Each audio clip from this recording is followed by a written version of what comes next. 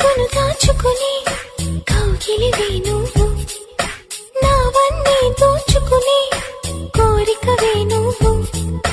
ముని పంటితో నన్ను గిచ్చి నీ రాణివి